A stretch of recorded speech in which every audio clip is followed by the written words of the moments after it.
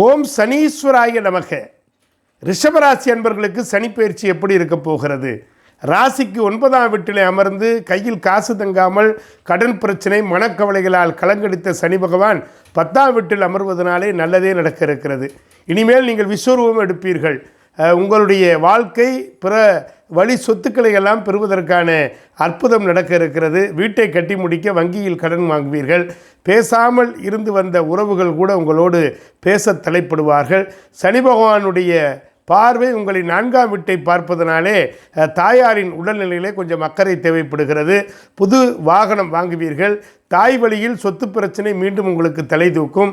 சனி பகவான் உங்களின் 7ஆம் வீட்டை பார்ப்பதனாலே சிறு சிறு உடல் உபாதைகள் வந்து வீண் வாக்குவாதங்களை நீக்கி உங்களை நெறிப்படுத்தும்.